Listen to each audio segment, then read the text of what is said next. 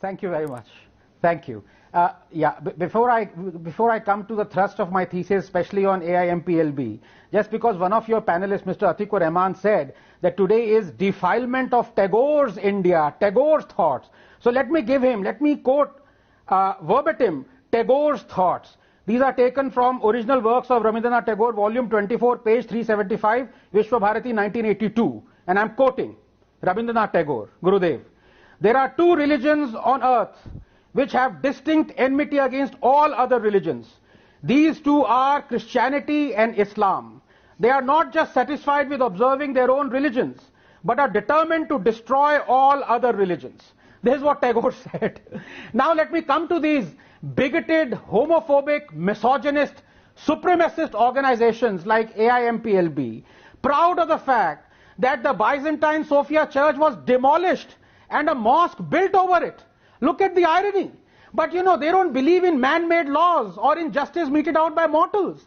They are out to prove Dr. Ambedkar's words correct, and I quote him, Islam can never allow a true Muslim to adopt India as his motherland and regard a Hindu as his kith and kin, unquote. So let me remind them today, especially today, Rahul, that their Hindu kith and kin waited half a millennium, and even then, they, 1 billion strong, left it to 5 to decide the fate of their demand. They made sure India wrote her history with the grammar of justice, not anarchy. But you know, at one level, MPLB's tweet made me think of a philosophical conundrum. Should a judge be the product of the society, or should a society be the product of the judge? As I said, 5 judges took the call. The alternative was for 1 billion Hindus to take it, but that did not happen. Likewise, 5 judges abolished the cruel triple talaq. The society would never have allowed it. But a year later we find there has been an 82% reduction in triple talaqs. So the society has been reformed by the virtue of it being the product of the judge. Same with decriminalizing abortion, homosexuality, and so many taboos that plague our society, shackled by religious commandments. Please give me 30 seconds. You know, I condemned the raising of Babri Masjid. It was against the law. An attempt to write India's history with the grammar of anarchy, not justice. But here's the thing. The MPLB and the left that want us to fight historical injustices, that are celebrating the statues being illegally brought down of tyrants like Rhodes, Churchill, Pizarro, Murray, Leopold. These same guys condemned the raising of Babri Masjid as well. Why? Because tyrants who murder Hindus or destroy their temples are not tyrants but heroes. They don't care about legality or illegality. They only care about hating Hindus. And so I ask them finally, Rahul, by their logic, won't they hail a judicial verdict upholding the legal sanctity of a Shiva temple built over the holiest of Islamic shrines despite scientific evidence that the latter was demolished? That's the million-dollar. Stopping you. So Dr. Anand Ranganathan, the congratulations, are these really a case of sour grapes? They couldn't do it and now they don't know what to do? One, Pakistan can cry all it wants, but the fact is that Mirpur, Muzaffarabad, Gilgit and the entire area is an integral part of India. Two, know this as well, that it is legally ours. That it wasn't we who annexed it, but rather Pakistan with the help of mercenaries let loose by that scheming Jinnah. 3.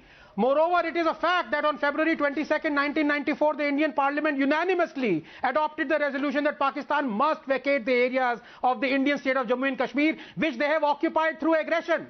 4. Keeping this in mind, why should anyone object to Indians wanting to know the climate in a part of India? 5. Besides, we broadcast, and rightly so, the weather report of our wonderful state of Arunachal Pradesh and Tawang, even though China consider it as its territory. And so Pakistan should thank its stars that we aren't broadcasting the weather report of Lahore. But who knows, if it continues to be a terror state and meddle in our affairs, we just might. Well, Make your point. Respond. Yeah, Rahul, this kitty party journalist who has only ever studied how to peddle fake news and propaganda, rakes the blackboard of journalism every night with her manicured fingernails. I don't know about Tahir Hussain, but she is definitely a history sheeter. Let me just give you a few examples of her quote-unquote journalism. She wanted a referendum on Kashmir and said, and I quote, "I am not advocating Indian rule in Kashmir." She peddled fake news and incendiary theories about the Godhra train burning, peddled the fake church attacks for weeks, saying Christians were under attack, when all those attacks weren't communal at all, but actually burglaries or casual vandalism.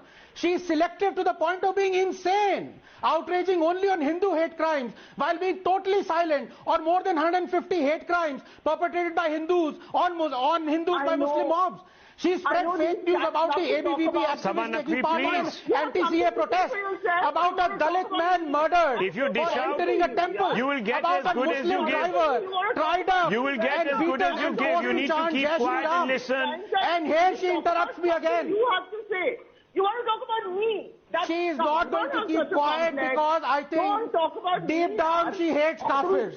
I don't know which book she reads every morning that makes her hate kafirs so much. It's so sad. After being repeatedly faded out, Talk about the issue at this hand. kitty party journalist is not going to be quiet. You've got a job somewhere because of the government. Rahul, I don't know what to do. Talk about She that. fails to disclose that she was appointed by Aam Aadmi Party to a Delhi University college governing body. Well, She uses rape analogies freely, as she did for Bhansali. I can go on and on and on.